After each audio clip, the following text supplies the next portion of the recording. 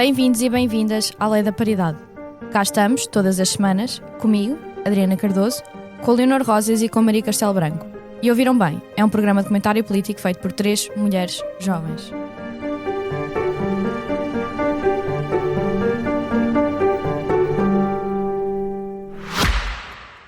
Olá, eu sou a Cátia Mateus e este é O Céu é o Limite, um podcast onde os líderes das empresas portuguesas conversam sobre o seu percurso profissional, os altos e baixos que enfrentaram ao longo do caminho, as ideias mais ousadas, mas também os erros e fracassos, sempre com uma boa dose de gargalhadas pelo caminho. Junte-se a mim nestas conversas, ouça O Céu é o Limite em expresso.pt ou na sua app de podcasts preferida e deixe-se inspirar. Um bocadinho menos jovens a cada dia que passa, devo dizer. Opa, olha, Não que se note na vossa cara, claro. é assim, eu percebi. Eu agora tenho uns cabelos brancos. Pá, eu percebi ontem, não, percebi este fim de semana que acabei o mestrado há 4 anos. Oh meu Deus, eu também. Já não somos novas e tipo jovens e exuberantes, percebes? Oh, eu sou exuberante na mesma, mas Eu acho que nunca fui exuberante. Isso está-se bem. Tu sempre foste exuberante, continuas. Obrigada. Com 27, Tenho 26 ainda. pois, como eu. A Olha, Leonor faz vocês em podem- novembro. isso é ofensivo mesmo. Ofensivo, Ok. porque eu já fiz 27. We know, we were there. Bela. Nós sabemos. És bela. Bela. Olha, Olha, e por falarmos em as pessoas não veem o que eu estou a fazer neste momento. E por falarmos em velhos e por falarmos em pessoas que, enfim, já passaram aparentemente uma certa idade para poderem ser bem vistos pela sociedade no geral, vamos Vais falar falar do sobre Ronaldo? a PSU. Ah. Sobre o Ronaldo não poderíamos falar. Vamos falar sobre a PSU, que para quem nos está a ouvir, e vou fazer um pequeno enquadramento, é uma medida que já vinha há muito ser falada, foi apresentada pelo governo de António Costa pelas mãos de Ana Mendes Godinho, e aqui devo fazer um pequeno disclaimer. Eu fui advisor da Ana Mendes Godinho, de forma obviamente não remunerada, mas fui advisor da Ana Mendes Godinho durante os parcos anos de maioria absoluta que tivemos, em que ela considerou, de forma, devo dizer, muito simpática, que pessoas com outro pensamento político e de várias Aham. circunstâncias, Sim, muito, de várias, muito diferente. várias circunstâncias da sociedade. Xuxalista. Eu, por acaso, tinha vários problemas com a forma como a Segurança Social estava a ser gerida pelo Estado português, e a Ana Mendes Godinho achou que pessoas de diferentes inclinações políticas deviam ter uma palavra a dizer, e fiz parte desse grupo de advisors, e portanto fazer este disclaimer para dizer que isto não é algo que é novo para mim, no sentido em que tinha sido já apresentado pela Ana Mendes Godinho, e é uma ideia que na sua gênese é muito positiva, no sentido em juntar um conjunto de apoios sociais num só apoio social, portanto transitar-se para uma universalização e menos segmentação dos nossos apoios sociais. E eu detesto o conceito de subsídio social, porque o subsídio cria a palavra de subsídio dependente, e não são subsídio dependentes as pessoas, são pessoas que precisam de apoio social. E, portanto, era uma medida que já tinha sido pensada pelo governo de António Costa. Passa para e corta para. Luís Montenegro apresenta a medida há relativamente uma semana e pouco. Aliás, não, apresentou a primeira 20 de maio, apresentou a medida depois de um Conselho de Ministros em que diz que, e fazendo um discurso muito alarmante, devo dizer, diz que a medida foi criada não para coisas que me parecem tão evidentes, que é esse o propósito da medida, eliminar a burocracia inerente ao acesso aos apoios. As pessoas não têm muita noção, mas em políticas públicas a burocracia e o tempo que demora e os recursos que se gasta para validar os diferentes tipos de apoios custa dinheiro ao Estado português, e portanto fazer-se isto diretamente num só apoio tem um grande benefício a nível de perda de recursos do Estado e de gasto de recursos do Estado, e portanto obviamente que os trabalhadores da função pública que tratariam destas coisas poderão estar alocados a outras coisas completamente diferentes. Um caminho para a automatização dos mesmos, no sentido em que poderia caminhar-se para uma digitalização e um pedido praticamente eletrónico do mesmo, desde que fossem submetidos todos os documentos que fossem necessários, e efetivamente garantir que as pessoas muito mais facilmente conseguiam ter acesso aos mesmos sem terem que estar durante meses e meses e meses a entregar papéis em repartições e a buscar papéis, etc. E portanto chegarmos como Estado português ao século XXI. Não foi isto que Luís Montenegro decidiu dizer. Luís Montenegro decidiu, em primeiro lugar, falar sobre uma questão de, abro aspas, para perceberem que obviamente não é a minha opinião, de abusos, e de pessoas que abusavam estes supostos apoios. Que acho dos 133 euros. 133, ou por exemplo dos 257... 247 euros RSI. E 247 RSI, 257 RSI. Portanto, quantos Mercedes é que consegues comprar com exatamente. Gostava 5. também de dar um dado importante que acho que a Leonor vai gostar. Isto tem um custo à volta de 300 milhões de euros e o passivo que ficou do cartel da banca no ano passado foi de 200 e tal milhões de euros e, portanto, se calhar preocuparem-se mais com coisas que efetivamente não têm valor social. Ou então pensar que, isto é o meu grande ponto, falar-se de abuso nestas situações tem um grande estigma social associado e comprova-me uma coisa que me irrita neste posicionamento do PSD e do governo de Luís Montenegro, que é ser forte com os fracos e ser fraco com os fortes. O conceito de não termos capacidade nem recursos de ir atrás de grandes fraudes fiscais, de existirem imensos escritórios de advogados que se especializam em como garantir aos seus clientes que conseguem fugir a um código fiscal demasiadamente burocrático, mas depois somos fortes a ir atrás dos fracos e de pessoas que potencialmente podem estar numa questão ilegal de abuso destes apoios e que me parece, acima de tudo, irrisória. E porquê é que eu acho que é irrisória? Porque, aliás, Luís Montenegro não apresentou números nenhuns e acho interessante falar-se de abusos quando não apresenta números relativamente aos mesmos. Vou passar já para as minhas camaradas e amigas de seguida, querendo só deixar mais uma nota que acho muito importante. Este conceito, e acho que é o conceito mais perverso, que é da componente da PSU em que as pessoas que possam aceder a ela tenham que trabalhar, tenham que fazer um trabalho social e comunitário. Tem duas componentes que para mim é risível. Por exemplo, alguém achar que em vez de sistemas do Estado e associações do Estado e instituições do Estado terem que contratar pessoas com contrato de trabalho, vamos então utilizar pessoas que estão a receber apoios do Estado, que não têm que estar em situação contratual e, portanto, vamos criar aqui uma precarização de pessoas que servem e que precisam de apoios sociais, que acho que é profundamente hilariante e ridícula, não é? Para não dizer estúpida, mas acabei de dizer, porque é estúpida. E depois o conceito de que, eu não sei se vocês conseguiram ver isto, mas a quantidade de apoios, um deles era por exemplo, a licença de gravidez precoce, ou seja, de mulheres que têm uma gravidez difícil e uma gravidez de risco. E que como a medida não está explicada e como não está ainda, desceu para a especialidade, pode existir o conceito perverso e como foi apresentada de que mulheres que estão com uma licença de gravidez de risco porque não podem trabalhar, poderiam ter que fazer trabalho social e comunitário para pagar o apoio que efetivamente iriam receber. Que é daquelas coisas que eu pergunto-me, mas será que não há uma pessoa competente? É isso, e as pessoas com deficiência até 80%. Que é surreal. Risível. Tens uma incapacidade até 80%, mas olha, vai ali trabalhar. Mas tens de ir trabalhar, que acho que é absolutamente ridículo. Vai apanhar couves. E portanto, passo para ti, Leonor, fazendo-te uma pergunta direcionada, mas que acho difícil, sinceramente, pessoas de uma tendência social-democrata ou até democrata cristã acharem que isto faz algum tipo de sentido. Não há, e pergunto-te neste propósito, não só a forma como Luís Montenegro comunicou a medida, não é? Mas toda a maneira como até a Ministra do Trabalho falou dela, isto é, acima de tudo, uma visão de classe relativamente às pessoas que efetivamente precisam de apoio do Estado, como se fossem quase criminosinhos e pessoas delinquentes que o Estado tem que efetivamente depois combater. Sim, eu acho que esta questão da prestação social única, no fundo, a atribuição de 13 prestações sociais como o RSI, o Subsídio Social de Desemprego ou as pensões sociais de velhice, só para dar exemplos, há várias outras, ficam dependentes de um conjunto de obrigações e de facto de condições que implicarão, isto é, citar, prestar atividades de solidariedade social para entidades públicas da economia social ou da proteção civil até 15 horas por semana. Ou seja, no fundo, obrigar as pessoas que recebem dados apoios sociais por diferentes razões, quer seja doença, deficiência, velhice, pobreza extrema, terem de trabalhar para merecer a ajuda do Estado. Mandar pessoas com cancro de trabalhar, mandar pessoas idosas que têm reformas miseráveis trabalhar, mandar grávidas trabalhar, mandar pessoas que estão a fazer luto trabalhar. E há esta ideia que Montenegro falou de, isto até estou a citar, de que estas medidas serviriam para incentivar o trabalho.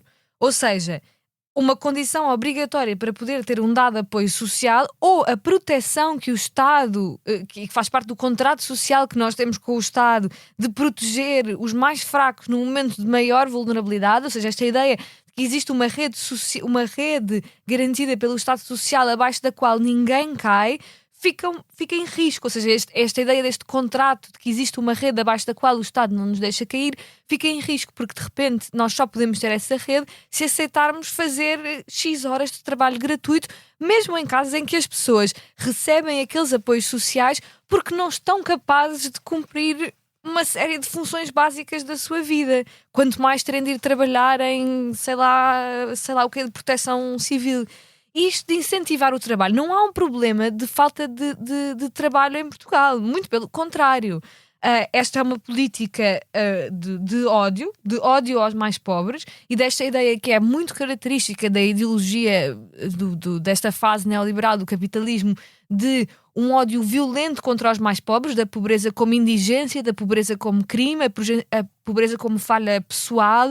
É uma medida profundamente classista e até marcado por uma espécie de darwinismo social, do género ou tu és forte o suficiente para conseguir sair, ir trabalhar e contribuir para a sociedade, ou se não és, pouco nos interessas e não mereces sequer ser apoiado. E eu acho que é de facto uma medida no seu âmago, quando nós analisamos o que é que ela significa do ponto de vista político, é uma medida de crueldade social, de imposição de trabalho gratuito e de uma hipervigilância das pessoas que recebem apoios sociais, ou seja, uma hipervigilância moralista, com também outras neste sentido, de que os pobres precisam de ser vigiados constantemente em todas as suas atividades quando recebem qualquer apoio do Estado, porque é preciso que eles gastem os apoios ou usem os apoios ou façam ou levem uma dada vida que seja através da qual seja moralmente aceitável receber um apoio social, quando na verdade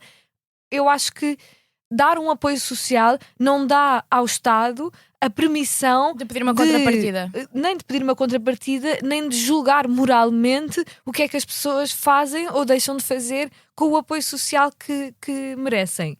E acho que neste sentido Montenegro caiu alegremente num tropo da extrema-direita, desta coisa que a Adriana já mencionou, da subsidiodependência, que é uma coisa que de facto não tem qualquer base em nenhum estudo, em nenhum números, em nada do que é apresentado. Esta ideia dos abusos, das fraudes, das utilizações indevidas, quer dizer, lembra-me-nos que o RSI são 247 euros, quer dizer, que abuso é que se pode fazer com isto?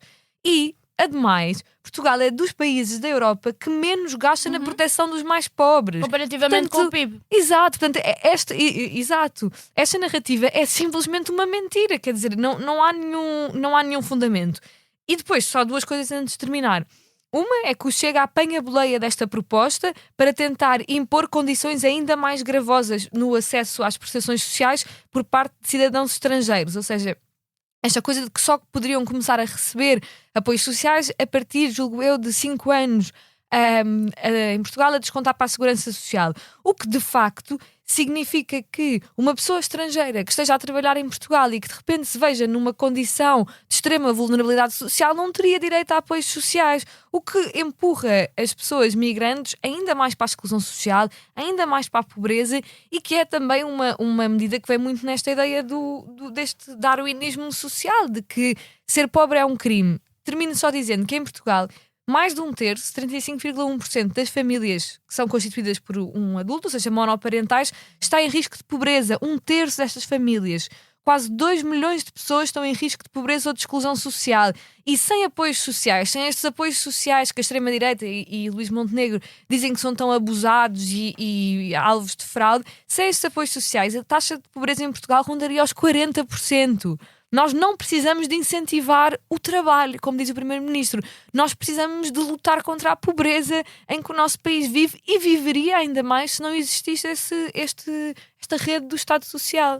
Maria, vou-te fazer também uma pergunta, porque de facto esta medida desceu para a especialidade e já foi anunciado. Desceu para a especialidade sem votação. Sem votação. Essa é a cena. Baixou sem votação. Exatamente, baixou sem votação para a especialidade, o que indica várias coisas. O PSD tem aqui vários caminhos. Largar esta medida de que as pessoas têm que cumprir trabalho comunitário ou social para que possa a PSU avançar e então poder aprovar com o Partido Socialista, dado que é uma medida pensada pelo Partido Socialista por António Costa, ou não o fazer e ter que ceder ao Chega, exatamente no ponto que a Leonor falou, relativamente a aumentar o prazo para cidadãos estrangeiros para que possam aceder à PSU e aprová-la com o Chega. Mas o que é certo é que precisa de um destes para aprovar. Primeiro, o que é que te parece? Ia fazer uma pergunta mais direcionada, mas, ou seja, mais opinativa, mas qual é que te parece que é o caminho que o Governo quer escolher, e tendo em mente que isto tem mesmo que ficar fechado antes do fim da legislatura, se não perde-se o valor do PRR necessário para que ela seja aplicada? Pois é, repara, quando tu dizes foi pensada pelo António Costa e pela Ana Mendes Godinho, eu tenho aqui várias, eu sei que tu estiveste nesse grupo, mas eu tenho aqui várias questões em relação a essa formulação por várias razões diferentes. Uma delas foi pensada pelo Governo do Partido Socialista porque a Comissão Europeia pediu. Mas o que é que a Comissão Europeia pediu? Pediu que se juntassem os apoios sociais, que são dezenas, não sei, acho que é 47, 49, desculpem, salvo erro, mas e junta-se 13 desses apoios sociais, junta-se só num apoio social, ou seja, para eliminar burocracias, etc. Isso, que é a PSU, é daí que vem. Isto já tinha sido negociado com a Comissão Europeia em 2022, com o governo do António Costa, e faz sentido, esta medida faz sentido. Eu não estou contra isso. Porque é que eu tenho algum prurido em dizer que isto é do António Costa? É que estas 13 medidas numa só é um guarda-chuva sobre o qual Luís Montenegro está a meter imensos cavalos de Troia. E um dos cavalos de Troia que é mais importante na definição desta PSU, e é isso que está a fazer grande alarido, é isto que vocês estavam a falar. É, por exemplo, a obrigação do trabalho para se receber um apoio social. Quando eu dizia que era uma medida de António Costa, é a ideia da PSU, não é efetivamente como está formulada pelo governo do PSD. Eu sei, é isso. É essa a minha questão. Agora, o que é que isto significa? Para responder à tua pergunta, muito rápido, antes de ir depois a outra coisa que eu gostava de falar sobre a PSU, é evidente que o governo está a preferir o Chega nesta negociação. É evidente. Aliás, já disse. E provavelmente também vai juntar, tipo em bundle, a PSU com a votação do dia 18, que nós, se eu não estou em erro, ainda não sabemos se haverá votação ou se descerá para a especialidade sem votação. O que é que isto significa? Porque já tive pessoas a perguntar. Tu, no processo legislativo da AR, tens a votação na generalidade, ou seja, quando se apresenta um documento, tens a votação na generalidade. Isto significa o quê? Que estão todos dentro da Assembleia, não precisam estar todos os deputados, e que vão votar se sim ou não. No quê? Na ideia do projeto, numa coisa mais geral. E normalmente depois deixa a especialidade, já com só deputados especializados no tema em cada uma das comissões, para debaterem a proposta, e só a seguir é que sai da especialidade e vai para uma votação final global, e aí é que a lei passa. Isto, basicamente, é assim o processo, normalmente, na Assembleia da República, mas há a possibilidade de o partido que propõe o projeto de lei, ou, no caso, se o governo propuser, podem propor que baixe a especialidade sem votação. Isto significa o quê? Que estás a evitar que os partidos tenham que escolher logo à partida se concordam ou não com aquela lei, com aquele projeto, antes de chegar à especialidade. Isto significa, normalmente, que eles querem dialogar. A lei laboral, no dia 18, se passar com votação, ou seja, se for forçada uma votação, sendo que existe esta possibilidade de se baixar sem votação, significa provavelmente que é mais uma questão política do que quererem de facto chegar a um acordo. Apesar de eu achar que eles querem chegar a um acordo com o Chega. Eu acho, e já disse várias vezes, que o Chega quer chegar a acordo com o governo. Pronto, a questão é, se o governo disser, não, antes disto ser para a especialidade, ao contrário da PSU, eu quero que vocês votem, provavelmente vão forçar a mão ao Chega a votar contra. E eu não acho que isto seja assim tão mau para o PSD, especialmente para Luís Montenegro, porque aí pode vitimizar-se e dizer, estão a ver como eu não consigo governar, etc, e não passar uma lei que, apesar de tudo, é bastante impopular até entre o eleitorado do PSD. Sabem onde é que é mais impopular o projeto do pacote laboral? Em que eleitorado? Saiu numa sondagem do Expresso, que o Expresso fez há 2 semanas. É no eleitorado do Chega. Entre os 3 grandes partidos, claro, tirando os partidos da esquerda. É no eleitorado do Chega, que tem 57% do seu eleitorado contra o pacote laboral, mais do que o eleitorado do PS. Portanto, o Chega está aqui numa posição muito complicada. Respondendo à tua pergunta, claramente que o governo quer falar mais com o Chega do que com o Partido Socialista. Aliás, eu acho que isso já não é novidade para ninguém, porque eles quiseram sempre, só no Orçamento do Estado é que tiveram de facto de dialogar com o PS, mas o Chega está aqui numa posição muito complicada. Porquê é que esta proposta para a PSU, no caso de pôr as pessoas a trabalhar para receberem contribuições sociais, funciona ao nível psicológico? Porquê é que o Chega provavelmente está a fazer isto e o Governo está a fazer isto? Há uma coisa, a Leonor vai se congratular de ter puxado mais para a esquerda agora, espera aí, mas a economia capitalista dos últimos 50 anos tem-se baseado nesta assunção de que as pessoas não gostam dos free riders, no free rider problem, que é uma coisa em economia, que é basicamente fizeram, só que esta assunção está errada, mesmo. E isto percebe-se, se eu tiver tempo, só de 2 minutos, depois calmo, para explicar isto, porque eu acho que é interessante. Há um estudo que ou seja, já foi feito várias vezes em vários países, mais de 50 países, desde os anos 70, portanto é um estudo bastante robusto. São vários, aliás, depois as conclusões são mais ou menos as mesmas, que é, imaginem que nós estamos as 3 à mesa e o Expresso dá-nos 10 euros a cada uma e diz assim, se vocês puserem os 10 euros no meio, os 10 euros de cada uma multiplicam-se e depois são divididos pelas 3, ou então vocês podem guardar os 10 euros e ficam com os 10 euros mesmo para vocês e não têm que fazer nada. O que seria racional seria nós guardarmos os 10 euros, porque vamos receber mais em vez de pôr ali e contribuir para o bolo comum. O que é que acontece? Ou as pessoas são muito más a matemática, ou então o racional das pessoas não é assim tanto só por autointeresse. E portanto a assunção das políticas públicas de que as pessoas vão procurar o seu interesse de forma egoísta e irracional, não está certa. Porque as pessoas, 70% das vezes, as pessoas escolhem pôr o dinheiro no meio, mesmo que fiquem com menos dinheiro a seguir. O que acontece? Há sempre um chico esperto, não é? Aquela coisa a bandidagem, há sempre um chico esperto que fica com o dinheiro e não põe e faz um top-up sempre. Porque se tu estás a pôr e a Adriana estão a pôr, eu estou a guardar os meus 10 euros, eu vou ficar com mais dinheiro do que vocês. Porque vou sempre ter aquele pop-up. O que acontece aqui? Quando no estudo disseram às pessoas, tu e Leonor e tu, Adriana, vocês podem gastar tipo 2 euros dos vossos 10 para me punir a mim, não recebem nada com isso, só perdem dinheiro, para me punir a mim que sou free rider, sou chica esperta. Vocês vão fazer, mesmo que percam dinheiro, ou seja, também não é racional.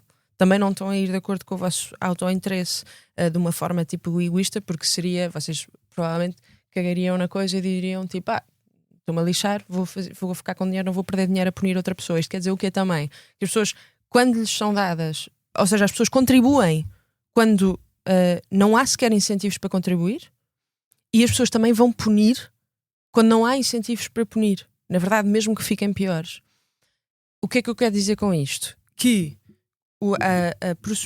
o pressuposto de que as pessoas são todas free riders e de que as pessoas são todas chicas espertas e que são todas bandidagem não é certo.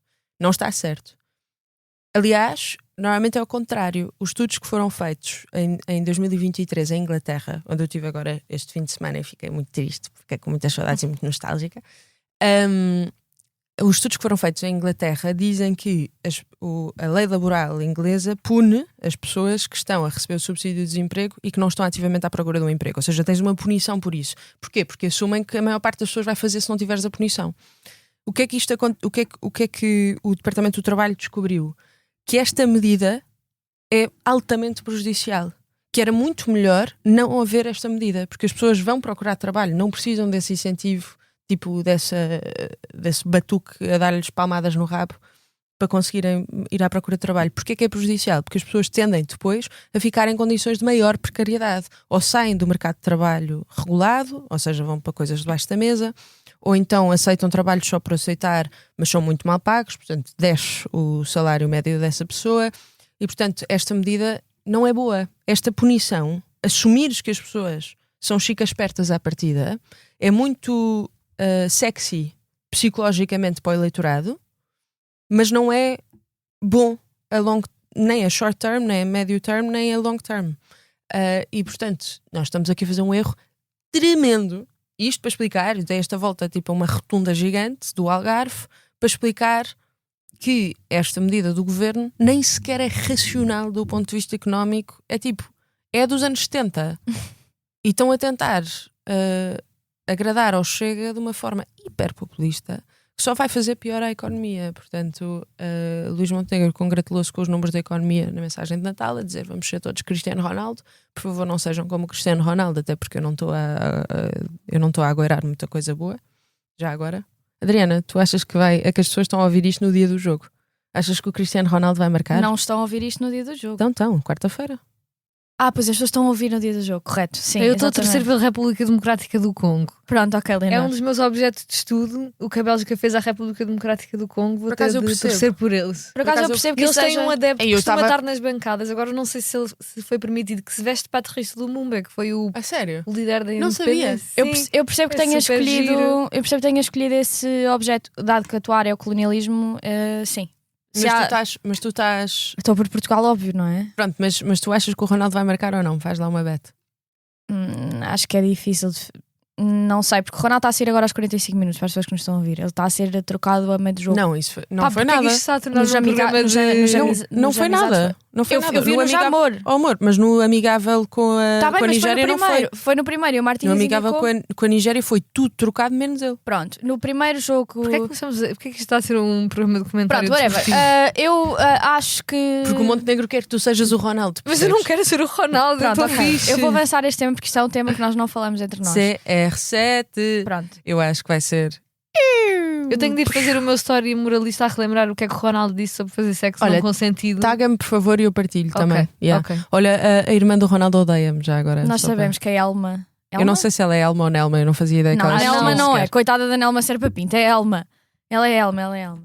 Bom, e agora porque o nosso Yeah, tempo. Elma. Eu vou personificar a Leonor Rosas Amo-te, Elma. e vou impedir a Maria de fazer sidetrack deste podcast, como sempre. Desculpem, é que eu estou mesmo Força. tipo louca com o Mundial. Eu também, eu vejo. Ainda Estou a ontem ver vi. tudo Eu mesmo. também estou a ver todos os. Vocês às 2 da manhã ver Não, tipo o às 11 da noite. Uzbequistão contra o O Curaçao. Uzbequistão vai jogar contra nós, mas já agora, Olha, só para Saberes, pronto. Eu às 11 da noite de sábado, exatamente às 11 da noite de sábado, a ver o jogo de. Deixa-me ver se eu me Tipo lembro. Marrocos, era Marrocos Exatamente, era Brasil? Marrocos-Brasil. A ver o jogo Marrocos-Brasil às 11 da noite. Estavas a torcer por quem? Obviamente pelo Brasil, não, Não é? sei lá. Podias estar a torcer por Marrocos. Eu não torço Não, por por acaso Marrocos eles porque têm um- Marrocos ocupa o Saara Ocidental. Ok, eles têm o Hakim, que vai ser um dos melhores médios do futebol mundial. Eu não Ok. acredito que estamos às tantas a comentar futebol. Eu também, Mas, eu enfim. também não acredito, sabes? Pronto, enfim, então voltando, e dado que já deixámos o Luís trabalhar, a mandar os outros trabalhar, vamos trocar para um tema difícil, e eu não vou intervir, vou só introduzir e passar para vocês. Um tema difícil, em que a Heidi Blake, uma das mais brilhantes repórteres de longa investigação dos Estados Unidos, mas em concreto do New Yorker, e fazer aqui só um ponto que fica muito evidente a necessidade de termos jornalistas que têm tempo para produzir peças com muita complexidade, porque esta peça é muito longa. E ela a Heidi escreveu um artigo de uma investigação muito aprofundada aos irmãos Tate, em que seguiu tudo aquilo que envolvia o império dos irmãos Tate que eles acabaram por criar, desde na Roménia a efetivamente depois quando se mudaram para Luton, perto de Londres, desde quando depois voltaram a ir para a Roménia porque foram logo lá acusados por casos de explorações de mulheres, vítimas do próprio Andrew Tate, em que relatam como tinham sido forçadas e violadas num caso de tribunal que ficou fechado em Luton, ou efetivamente todos os passos que foram dados politicamente por Andrew Tate para se chegar perto de Donald Trump, de Barron Trump, de Donald Trump Jr., para ter influência política para efetivamente acontecer o que acabou por acontecer, não é? Que foi permitido que eles fossem libertados e que se encontram em paradeiro semi-alheiro, no sentido em que passam a vida em países sem extradição a viver lá vida louca, absolutamente lá vida louca. E eu queria te perguntar uma coisa, Leonor, que eu a ler e outro ponto, eu não li só a investigação, eu ouvia e estávamos aqui os três a falar, eu estava-lhes a dizer que enquanto eu ouvia caíram-me lágrimas, porque quando tu lês uma coisa tem um impacto completamente diferente se tu estiveres a ouvi-lo ao mesmo tempo, e os relatos das violações dele dele em várias das mulheres, o que ele fazia para as domar como literalmente um pimp. Como ele tinha uma fixação por um pimp histórico nos Estados Unidos e em como utilizava a técnica dele, que era estrangulava as mulheres até ao limite de elas ficarem com petequias nos olhos para as conseguir domar, e tirava-lhes os passaportes e todo o valor que ele fazia tipo, à volta delas em produção de conteúdos digitais relativos a sexo. Ele tirava-lhes o dinheiro todo para elas não terem como sair de lá. E eu pergunto-te, Leonor, há uma nova geração de miúdos, não é? Que olha para estas pessoas de forma muito, muito positiva. Aliás, no documentário que nós falámos da Manosphere, o Louis pergunta-lhes quem são os teus grandes exemplos. Eles falam, por exemplo, do Andrew Tate. Mas eu às vezes pergunto-me, e foi a mesma pergunta que eu fiquei: será que as pessoas não sabem que aquilo que é relatado na investigação aconteceu? Ou será que ainda é mais perverso do que isso, que é sabem que aconteceu, mas não interessa?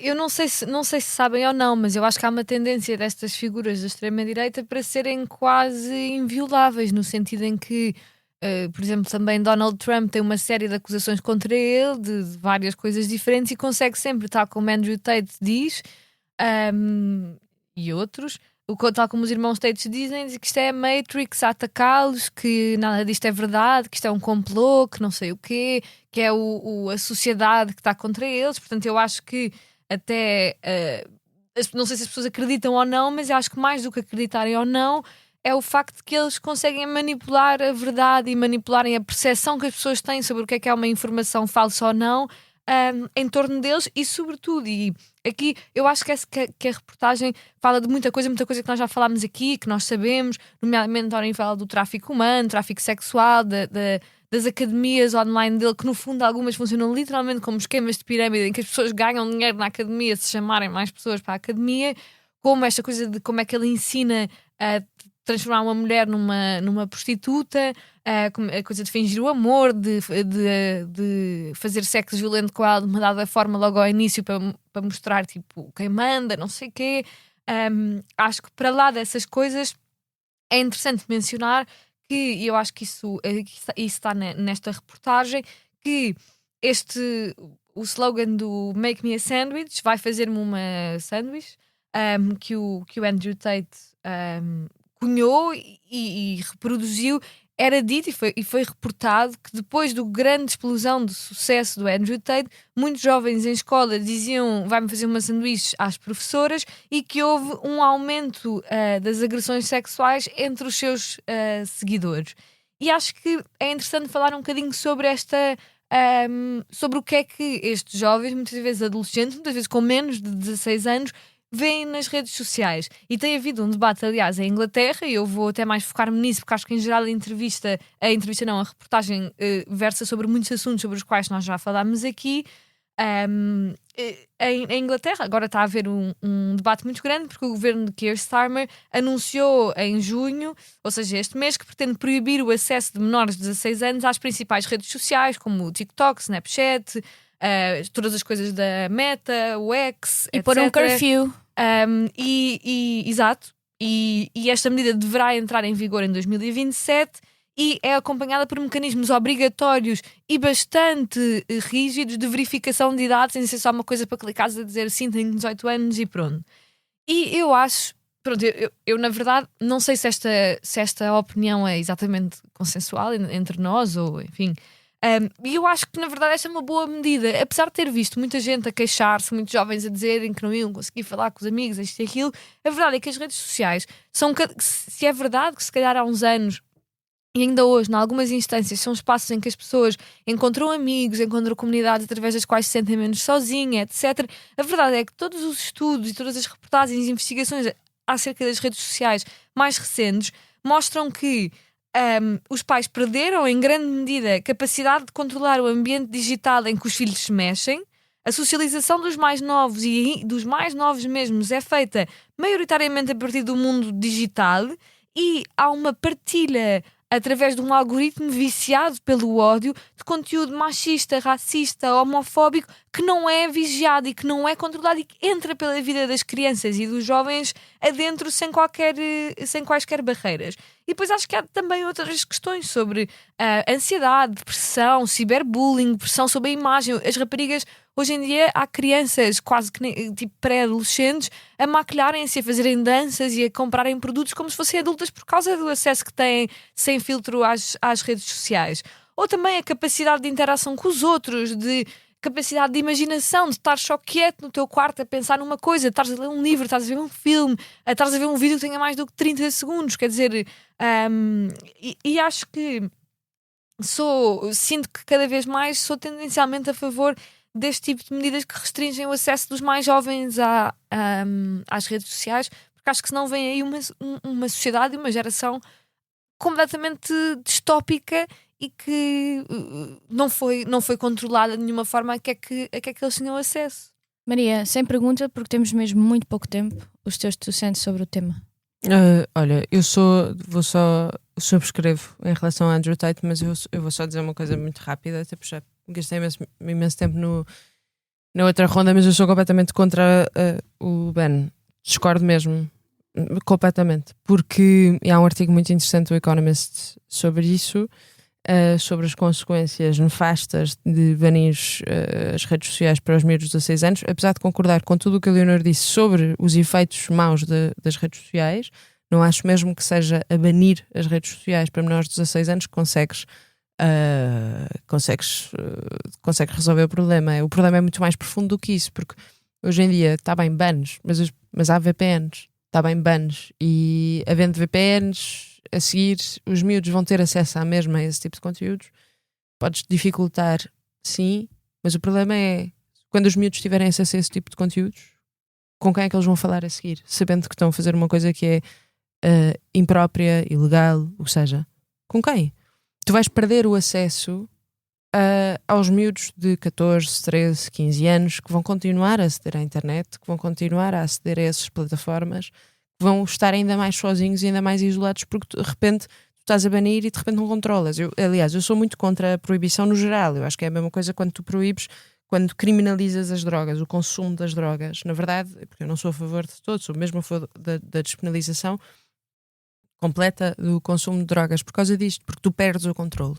Crias um mercado à parte da fiscalização, seja dos pais neste caso, seja do Estado no mercado das drogas, que eu acho que não funciona. Percebo perfeitamente a intenção, mas concordo mesmo com a intenção.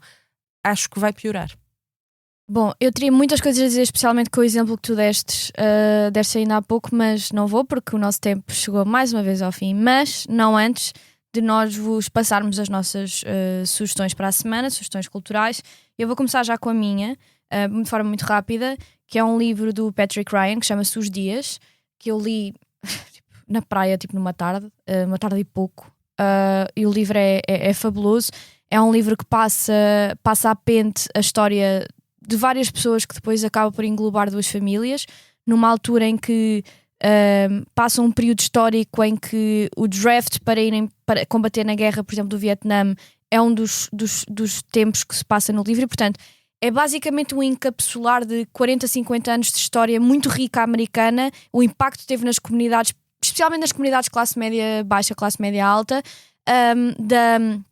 do quanto a criminalização da homossexualidade empurrou homens naquelas alturas para casamentos com mulheres com as quais evidentemente não queriam estar e não se identificavam, e como escondiam essa parte deles próprios.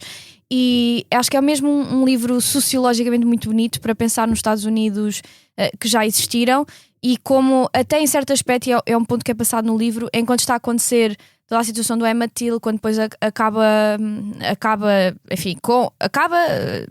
em termos de decisão judicial, a questão do Supremo Tribunal da não segregação, mas que de facto não se verificou durante muitos anos depois, como isto passou ao lado destas comunidades porque os problemas eram completamente diferentes, e portanto no Ohio isto não era um problema, e passa-se no Ohio, e acho que é um livro mesmo muito, muito bonito de se ler, e tem um fim muito, muito cru e nada, ou seja, o livro é tão bonito que eu acho que o fim lhe faz justiça, coisa que outros livros que li recentemente, inclusive o Yesteryear, acho que o fim foi péssimo e estragou completamente o livro.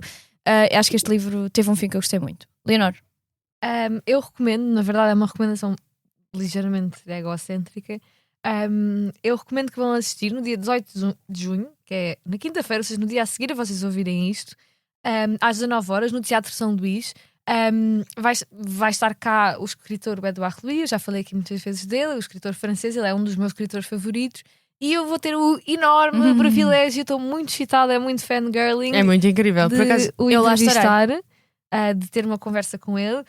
Vão ser também feitas leituras da sua obra pela atriz Teresa Tavares, ou seja, no contexto desta conversa. E, aliás, esta conversa é a propósito da publicação em português do seu livro Changer Méthode, pela Penguin. E recomendo muito este livro, é sobre a fuga, é sobretudo um livro sobre a fuga de classe, esta coisa de ser um transfuga de classe, que é um dos temas que percorre grande parte da sua obra. Mas também espero que a conversa possa debruçar-se um bocadinho sobre canones literários, sobre desafios ao gosto burguês, sobre os quais ele vai falando muito, sobre a ideia da literatura de confrontação. Confrontação! Confronto, não sei. Agora a tradução assim de repente ficou um ponto de interrogação, mas enfim, vocês entendem. Que é o que ele quer fazer e é um estilo não só temático, mas estético que ele propõe, e acho que vai ser uma conversa muito interessante, espero eu. Já o ouvi no Fólio e fiquei tipo, uau, do meet your heroes, tipo, vale a pena. É muito incrível que vais. E pronto, é isso. Apareçam, estamos muito orgulhosos de ti. Eu, por acaso, tu passaste primeiro à Leonor e eu ia fazer uma recomendação Leonor automática. Porque. Devias ter-me dito. Devias-me ter dito antes. Pois eu sei, só que depois tipo, já tinhas passado e eu fiquei, ok, mas também posso. Porque ia recomendar do Edouard Louis também. Porque esta nossa amiga vai entrevistar e ele é mesmo muito incrível. E há um livro muito bonito, o livro mais recente dele é o. Bem, eu não sei como é que isto se diz em português, porque eu comprei-o em inglês. Collapse. Acho que se chama Colapso em português. É, porque em francês o título é ligeiramente diferente, ou não? É Front de Romain. Exato. Pronto, que é sobre o irmão mais novo dele, que morreu aos 38 anos. Isto, eu não estou a fazer spoiler porque começa mesmo assim o livro. Eu ainda não o consegui ler, folhei, dei uma pessoa que eu gosto muito. E sim, opa, portanto também quis recomendar. Já o leste? Sim. Claro, eu já li todos os livros dela. Já leu todos claro, os livros dela. Ela sou vai mesmo muito fangirl. Pá, eu acho mesmo incrível. É que eu também gosto muito. E parabéns, Leonor. Vai ser muito incrível. Por favor, vão assistir. Mas têm de levantar bilhetes às 3. A partir das 3. Pronto, isto é um bom tópico porque efetivamente a Leonor não nos arranjou o sidekick. Vamos ter que estar para levantar bilhetes também. E portanto encontrar-nos lá.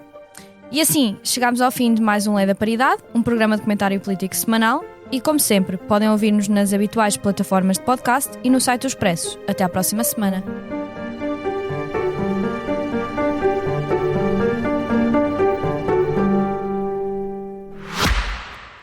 Olá, eu sou a Cátia Mateus e este é O Céu é o Limite, um podcast onde os líderes das empresas portuguesas conversam sobre o seu percurso profissional, os altos e baixos que enfrentaram ao longo do caminho, as ideias mais ousadas, mas também os erros e fracassos, sempre com uma boa dose de gargalhadas pelo caminho. Junte-se a mim nestas conversas, ouça O Céu é o Limite em expresso.pt ou na sua app de podcasts preferida e deixe-se inspirar.